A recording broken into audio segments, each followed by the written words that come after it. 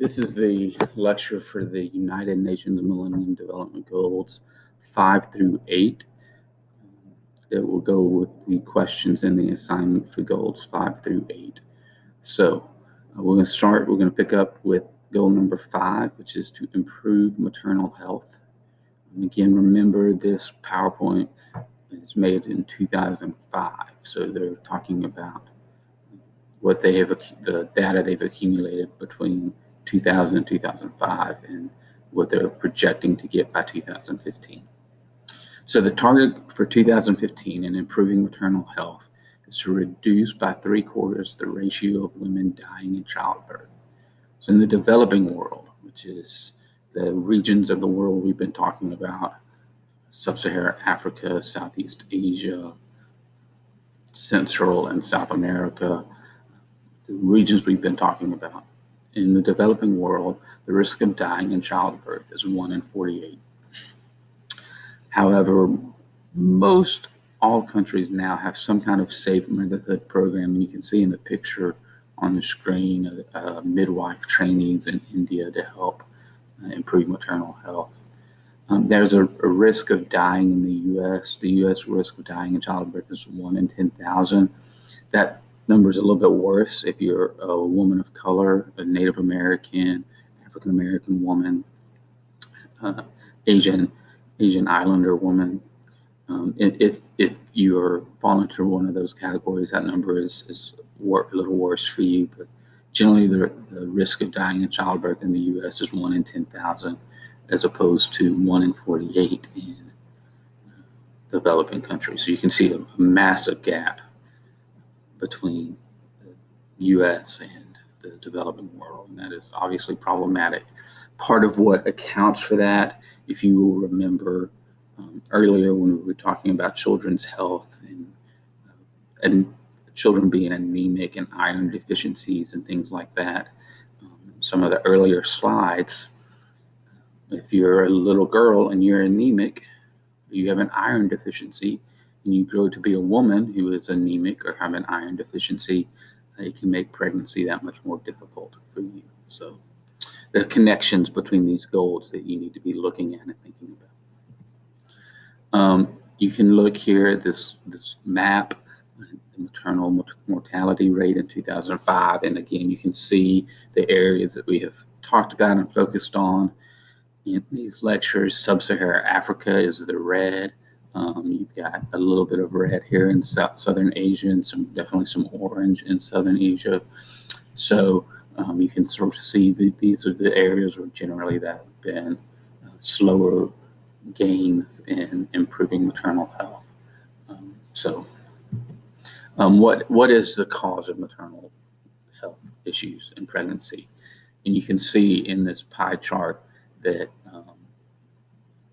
anemia, malaria, HIV/AIDS, which we're going to talk about in the next goal, all have indirect causes. About 20% of the global maternal deaths are related to anemia, malaria, or HIV/AIDS. Just hemorrhaging because you're anemic, so you bleed out, that's about 25%. And again, remember just how many, particularly in Sub-Saharan Africa and Southeast Asia, if you go back to goals 1, 2, 3, 4 that talk kind of about children's health and poverty and education. There's some charts in there that talk about anemia and vitamin deficiencies, lack of iron. And so you can see these are the things that lead to hurt women in the developing world in terms of their having healthy pregnancies. These all play some form of risk in women having a healthy pregnancy. Goal number 6 is to fight HIV/AIDS, malaria, and other diseases. So in 2015, they want to begin to reverse the spread of HIV/AIDS and increase in the incidence of malaria and other major diseases they want to reverse. So about 40 million people are living with HIV. And AIDS is the leading cause of premature death in sub-Saharan Africa. So again, one of the areas that we focus on in these lectures is sub-Saharan Africa. And here we're talking about with this goal, just exactly very specific here. AIDS is the leading cause of premature death in sub-Saharan Africa in 2005. So you again look at the global map, and that dark red is our countries that's got 1 million plus people living with HIV/AIDS. You can see here, here's Nigeria, for instance, with over 1 million people living with HIV/AIDS, a sub-Saharan African country. You can also see, though, this map is a little different than some of the other global maps we've looked at because, like any pandemic, like any disease, it doesn't pay attention to borders. It doesn't kind of tie back to the ideas that we've talked about with some of these other global maps that talked about literacy, where we saw where the literacy rates were higher in the north than in the south. Disease doesn't care. Disease attacks everywhere and anywhere. So you'll see the United States, you'll see Russia, China, you'll see some European countries, France and Spain and Italy, all with substantial parts of their population infected with HIV/AIDS.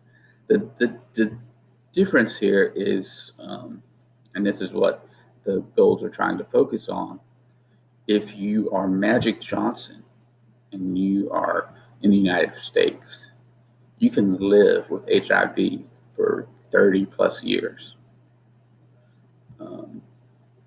The medicines are there to keep you healthy. You have the ability to live with your disease. In the sub-Saharan African countries, you do not necessarily have the ability to live with your disease. The disease is fatal. As the other slide said, it is the leading cause of premature death in sub-Saharan Africa. So there's an inequity that exists between the North and the South, and that inequity is access to and affordability of pharmaceuticals to help manage HIV/AIDS. So here is HIV/AIDS specifically in Africa, since that is where we're going to focus some on mostly in this goal. And you'll see 25 million Africans have HIV/AIDS, and that's 2/3 of the worldwide AIDS cases. They have 2 million deaths a year, and 12 million orphans because of AIDS, because they've lost both their parents to AIDS. And so those are staggering numbers. You think about 12 million orphans just because of AIDS alone. That's staggering number to think about and contemplate. Malaria, again, is kind of unique in that it really does only affect those countries kind of around the equator and subtropics, because that's where the mosquitoes that carry malaria tend to be found. That also tends to correlate with the poorest and most defenseless countries. However, the story of malaria is a little bit more enlightening, I guess, a little more hopeful, if you will. Years ago, kind of about the time they were putting together this PowerPoint, actually, and you'll see on the screen something about mosquito netting is the most inexpensive and effective way to prevent malaria. That was a partnership between the NBA, the United Methodist Church, and the United Nations. And those three organizations represented, obviously, the NBA, a for-profit athletic institution, but a for-profit thing. The NBA is about making money. The Methodist Church, a religious institution, and the United Nations, a governing institution. And what they did was the three of those institutions partnered in a campaign started about this time called Nothing But Nets. Cleverly named. If you're an NBA fan, you get it. Nothing But Nets.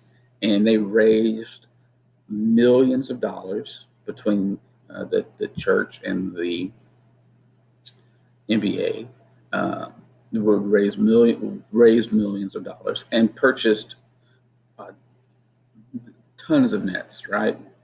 And helped really, at the very outset, begin to see almost immediate returns on this goal. And the reason I bring that partnership up is that in Goal 8, one of the major impetus behind Goal 8 is to form partnerships. And so, in this fighting of malaria, which is about Goal 6, Goal 8 was activated. Goal 8 was used uh, to its best example to deal with some of these other goals. So malaria is kind of a shining star in terms of how it worked, because it did include religious organizations, governmental institutions, and private institutions to achieve a common goal. You can sort of see AIDS, malaria, and hunger, and not surprisingly, um, those three things are linked. I mean, again, this is going to reiterate the importance of goal number 1, which is to eradicate extreme poverty and hunger. Um, when you can get people fed and get people out of extreme poverty, they can have homes and jobs and careers and be better educated and be more safe and not have to worry about. They can prevent exposure to malaria and malaria causing mosquitoes because of they're not hungry, right? They have a home with walls that protect them from mosquitoes. Um, they have education, which has helped them learn how to be safe in their sexual relations or in the sharing of needles, so they don't transmit the HIV virus. And so these things are linked. And then I've said this numerous times. These 8 goals do not stand alone, but they are listed in an order that the United Nations felt mattered. Goal 1 being eradicating hunger and extreme poverty. Goal 2 being about education. These things matter in this order for the very obvious reasons that if you are educated, if you are not hungry, if you are not in extreme poverty, some of these other things will begin to click into place. HIV education, as I said, is important. Here's a sign here in Uganda that just simply says AIDS is real, right? And then they begin to give the numbers of people who are infected with AIDS and AIDS patients in the hospital and so forth. The fact that they have to put a sign up that says AIDS is real, I just want you to think about those 3 words, right? That's pretty astounding that you have to actually announce that this disease, which is killing 25 million people in sub-Saharan Africa each year, this disease that is ravaging your region of the world. There are 12 million AIDS orphans. This is a pretty startling thing to think about, right? That those 3 little words, which to us wouldn't even register. Of course, AIDS is real. We get it. But the government is having to put a sign up in Uganda to tell people that AIDS is real. That is some very heavy things to think about, right? So let's talk a little bit about ensuring environmental sustainability. Ensuring environmental sustainability is obviously super important, and I know a lot of you probably watching or listening to this slideshow are like, well, it's the most important thing. It's the most important thing to you because you're living in a relative comfort with resources and access to resources and food and education. And so, yes, if you have access, this can and should be high on your list of things that are important. But as I've said before, if you're hungry, if you're sick, if you don't have an education, if somebody comes and tells you, if you cut down this rainforest, I'll give you X amount of dollars, you'll have a home, you'll have food on the table, you'll say, give me the axe, I'll cut it down, right? And so that is the problem, right? And that's what we have to reckon with. That's what we have to for the United Nations, that's what they want to push against. They want to be able to say to people, you don't need to listen to the logging industry that says come in and cut down the rainforest. Let's find other ways for you to find an income and to find health and to find sustainability. And so that's really kind of what this is about. It's about unpacking some of the problems with the environment and then ways to bring people into full employment and integrated fully into the globalized system so that they can participate meaningfully in the world economy, but not do so destructively. So that's what this first bullet point is: integrate the principles of sustainable development into country policies and programs. This is exactly what I'm saying. The United Nations wants to have countries create and promote policies that are sustainability, that have environmental sustainability qualities. So UN can't force countries to do this. They don't have any stick to bring to the table and say, you will do this. But they do have, they do have organizations and resources to help countries try to do it and to incentivize countries to do it. So they want to begin to reverse the loss of environmental resources. And again, if you're looking at the global map, so many of our environmental resources are in the southern hemisphere. And so countries that are reckoning with and dealing with the issues that we've been talking about, whether it's malaria, AIDS, lack of education, lack of gender equality, maternal health, extreme poverty, all of these things tend to be hitting in countries that have a wealth of environmental resources.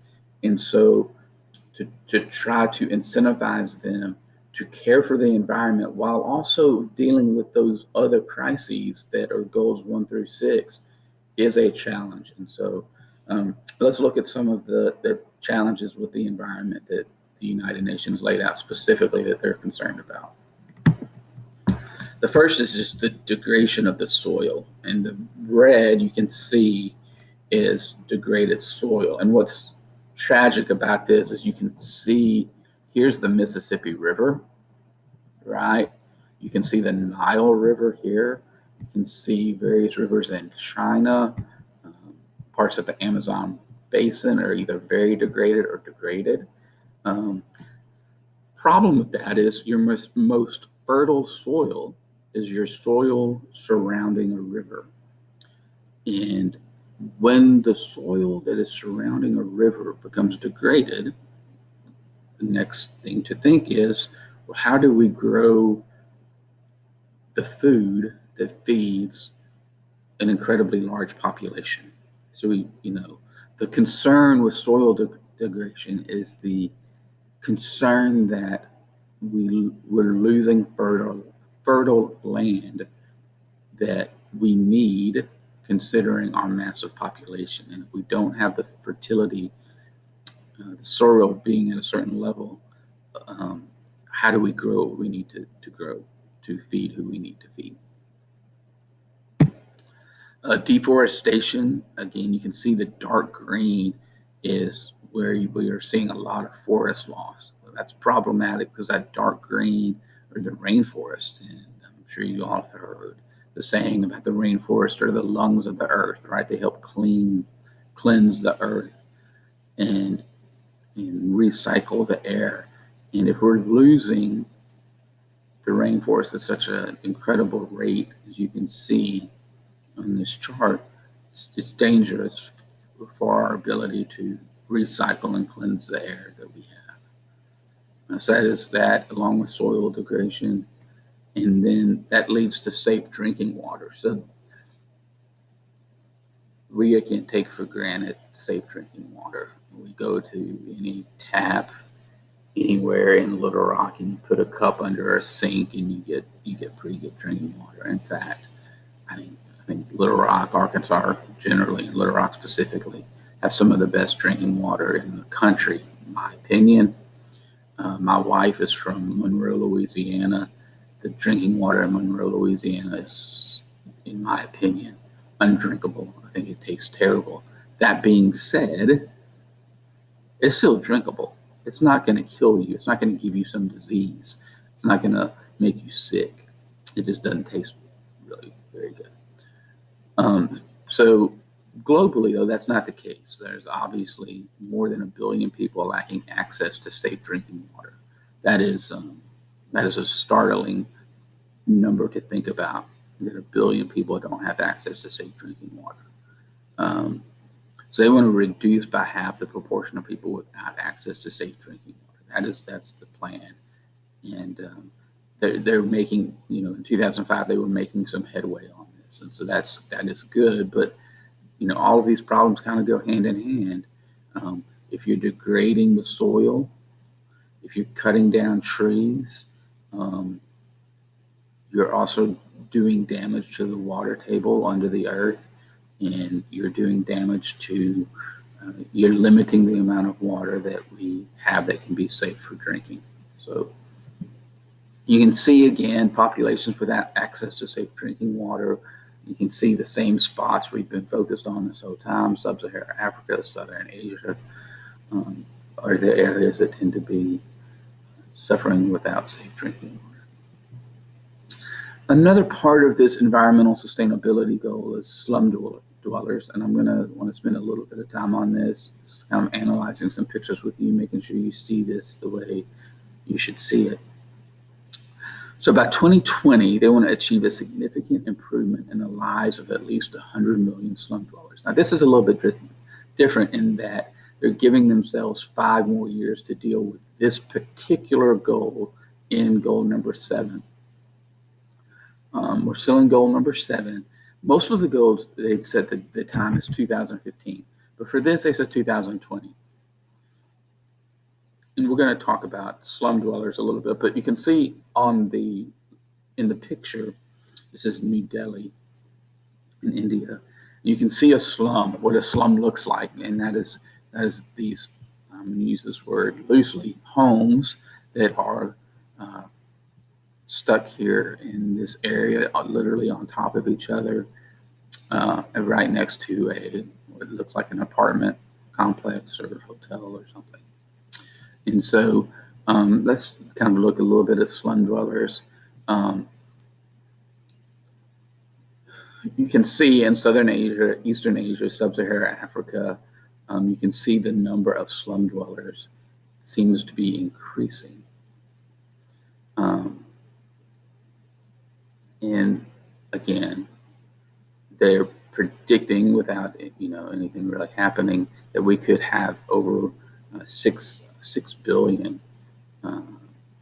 With 3.5 billion slum dwellers by in the next 30 years. Now, that to me seems, again, I kind of know how some of these things turn out, and you'll see too. But I mean, stopping this is I think within the reach. So I want to look at this picture here and talk about some of these slum dweller pictures. This is a slum in Southern Asia, and you will see that the roofs, or I use the word roofs loosely, are just really like tarps, right? And they're open air here, right? They're literally on top of each other. So if one person gets sick, all of these people get sick, right? You can see a pig down here at the bottom, just sort of walking around in all of this mud and filth. Pig will go to the bathroom along in here, and you can see people walking without shoes. So not only do you have these homes on top of each other, but you've got this area where livestock are walking and defecating and open And so you get a blister on your foot, or you get an open wound on your foot. You're walking through this mud. The likelihood of infection is great. These little squares here are your toilets, right? These are where you go to the bathroom. So this young person here is going up the stairs here or going up the railing. That's the bathroom. That's your privacy. That's where you go to the bathroom, which means everything down here is what you think it is.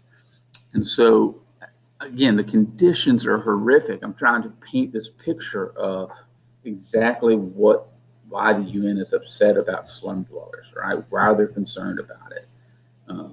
You have these millions of people living in conditions like this. It carries all kinds of problems with it. Here's another slum. This one you can see is right next to an airport, so you've got noise pollution, not to mention the fumes of the gas from airplanes. You can see, here's the man in his home, which is really just a concrete box. So again, here's another slum where they're actually trying to do some renovation, and you can see they're trying to build some actual homes here, and they have these wires here to try to run in some electricity and things like that. So you can see kind of working towards a slightly better slum, if you will, right? It's not as bad as the first one I showed you, but it's still be considered a slum, even though you can see these men here working on this. And so, obviously, many of the slums that we're talking about are in places where HIV/AIDS, malaria, and poor access to education and poor access to maternal health. Those things tend to be at their greatest zenith in slums. And so it is imperative that we work to get people educated and healthy, and we try to get them out of slums, because slums are just mass groups of people who all of these goals are kind of designed to help. They tend to be living in slums. So let's talk about sanitation for a minute, because that's very important. As I showed you in the slum dwelling picture a minute ago, that one village didn't even have any sanitation. So sanitation is incredibly important and needs to be dealt with. More than 2 billion people lack sanitation.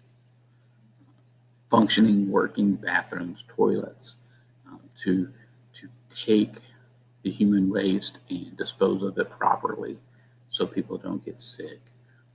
I want to again kind of look at this picture, and I want to say this is a picture about sanitation. So it's pretty evident what these men are standing in, right? They're going to eventually kind of dig this out and lay pipes and have people's toilets linked to the pipes, but that's not how it is now. How it is now is if you went to the bathroom, you kind of dump it in this river.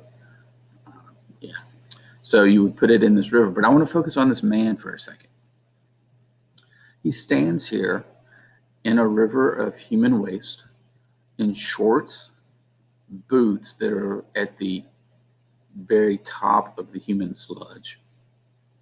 He is gloveless, he has no gloves, short sleeves, and he's smoking a cigarette. Anybody who knows anything about human waste knows that it produces different gases, and I'm not going to pretend to be a scientist, but he's he's got like a shovel in his hand, it looks like, and without gloves, he's cleaning this out and he's smoking. Now, there's so much wrong with that in terms of health and hygiene, but it illustrates, I think, really well the point that these goals are trying to address, and that is education, extreme poverty,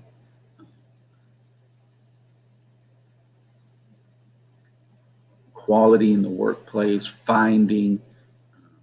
allowing people to find their voice. I mean, this man is doing a job that needs to be done, but it's a horrific job.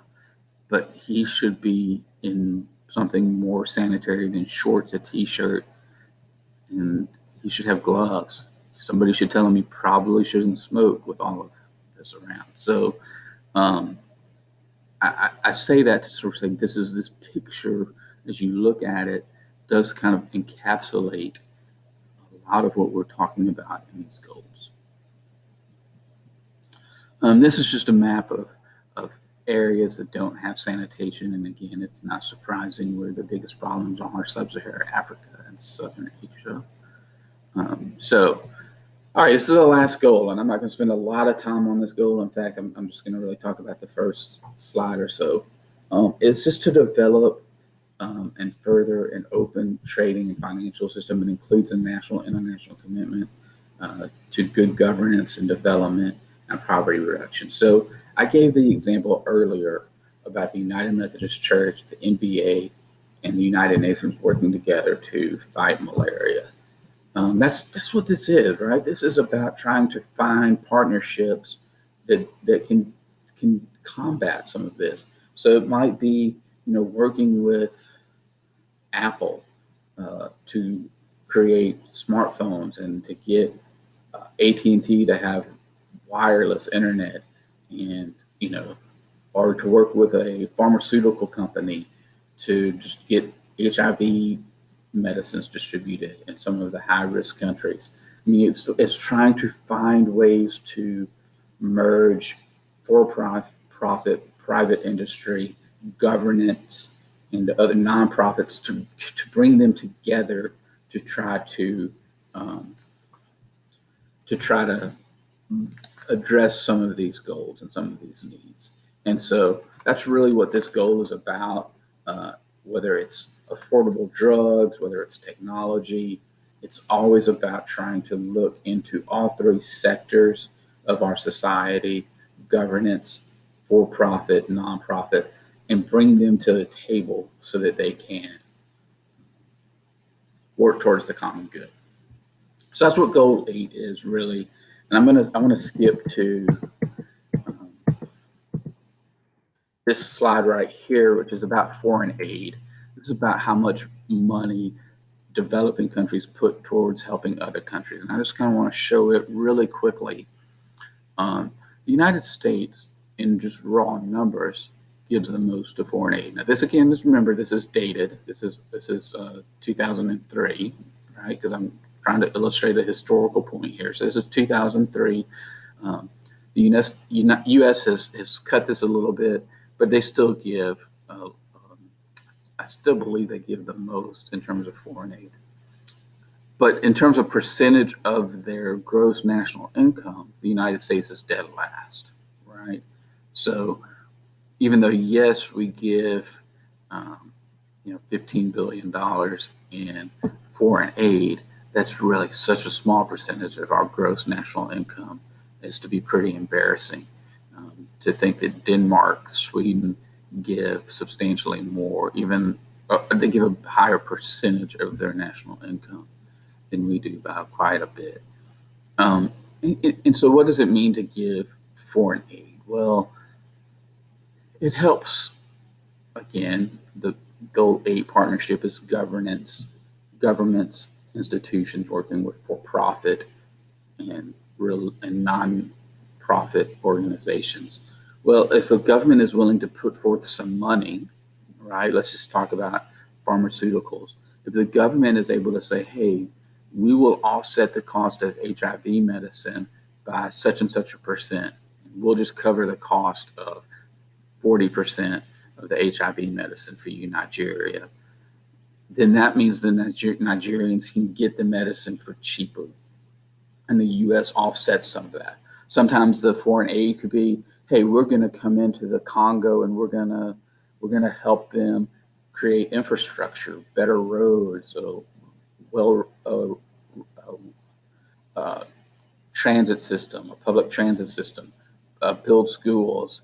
And so foreign aid covers a lot of ground, and it's important because what it does is it helps defray some of the cost from these countries that are struggling with crushing debt and crushing crushing exploitation and sickness. Foreign aid takes a little bit off of that. So that's why it's important to kind of think about foreign aid. I've told you the slideshow up until this point was 2005.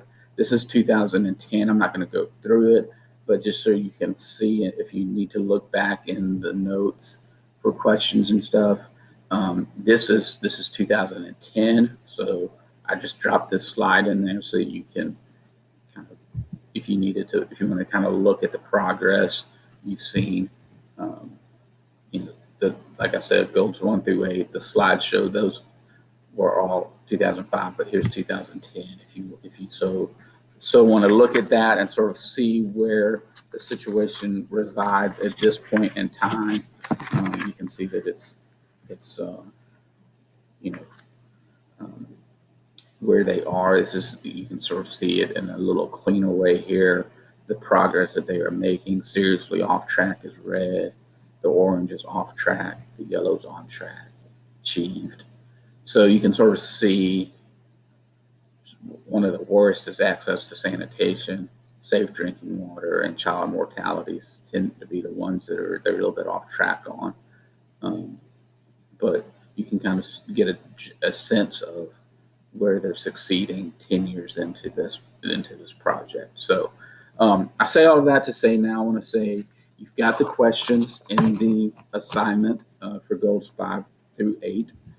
Again, with these questions, just like the other for goals 1 through 4, you will need to not only reference this lecture, but reference the PowerPoints that are in the folder. You're going to have to reference your brain and think about on your own how to answer some of these questions. You'll have to just put forth some answers on this that are reflective of, that show us that you are being reflective of what these questions are asking. So, as always, if you have any questions, please email, let me know what's going on, and I will do my best to get back to you and help you. So